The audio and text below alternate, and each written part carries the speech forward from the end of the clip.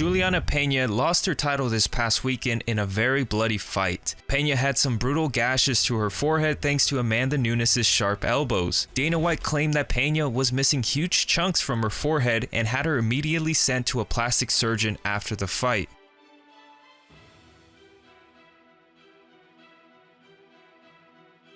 Yeah, Julianna's got a big chunk missing from her forehead. She's going to see a plastic surgeon right now. Takes some time to heal, and then I don't know. I mean, she got pretty banged up tonight. I mean, it was like 5 or 6 knockdowns on the first 2 rounds. She was hurt. She needs to take some time off and relax, spend some time with her daughter, and then we'll go from there. Julianna Pena has since broken her silence and released her first statement following her loss to Nunes. Pena posted to her Instagram calling for the Trilogy fight. Pena wrote this: "Tougher than a $2 steak, just a cat scratch that required a few stitches, no chunks missing, no surgery necessary. We're 1-1 now. Hashtag People's Champ, hashtag Trilogy, hashtag Pena versus Nunes 3. What do you guys think? Does Pena deserve an immediate rematch, or should she have to work her way back up? Let me know in the comments down below. As for what's next for Amanda Nunes, Nunes says she's gonna take a break and vacation in Brazil, then decide whether to defend her 135 or 145 pound title. But a super fight with Valentina Shevchenko could happen next. Both fighters seem to be interested, and Dana White is a fan of the idea. We just have to wait and see what's next." Is there anyone that readily comes to mind, whether it be like a trilogy with Valentina or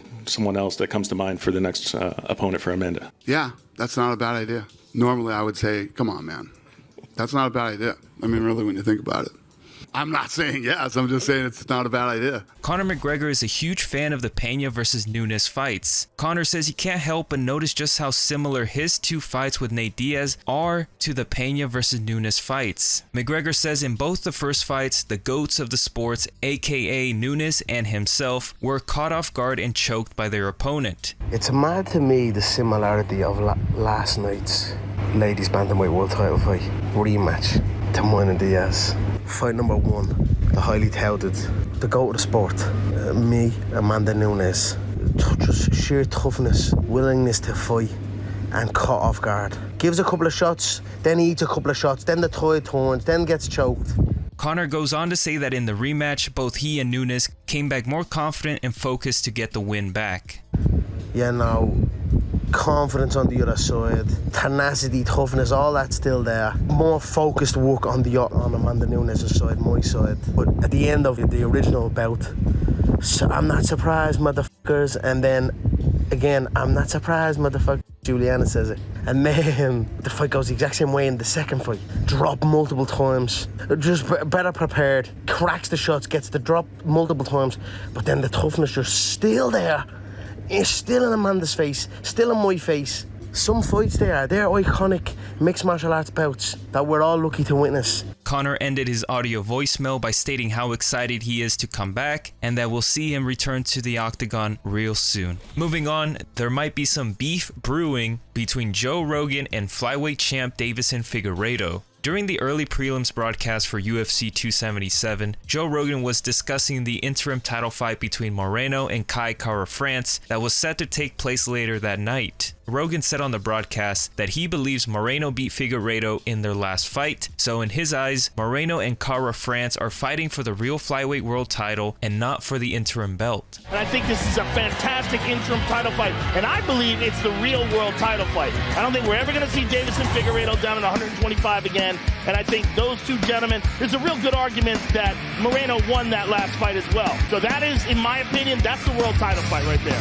Deiveson Figueiredo was there at the event and heard Joe Rogan's comments during a press conference. Figueiredo said he was going to look for Joe Rogan, show him that he has the real title, and tell him what's up. I don't know if you heard, but at the beginning of this fight card, Joe Rogan said that the co-main event was for the real title because he doesn't think you'll actually drop back down to flyweight. It will take. I have to step into the octagon, go into the arena, and look for Joe Rogan's crystal ball. I'm going to show it to him. You know, I'm going. Maybe this could be a little friendly wager. I'm going to make weight, and I'm going to show it to him. I'm going to just basically tell him what's up, what's really going to happen. Deiveson Figueiredo is currently sidelined with a hand injury, but Figueiredo believes he'll be ready to go real soon. Dana White can't believe that there's going to be a fourth fight between Moreno and Figueiredo. Dana hates booking fights after trilogies, but it's just one of those unique situations where this fight has to happen. So they're obviously going to do the fourth fight with Figueiredo. I know that traditionally we don't like to see those fights 4 times, but is that a fight that's so good we could just see it play out over and over? 10 times. Yeah, I mean, it's one of those unique, freaky deals where who doesn't want to see that fight again? It's just, yeah. And I'm the worst with that. I hate that stuff, you know? If you got a guy who's up 2-1 or whatever, you don't ever need to see that fight again, ever. But this is just one of those weird ones that you can. Moving on, Yair Rodriguez was at UFC 277 to support his friend Brandon Moreno.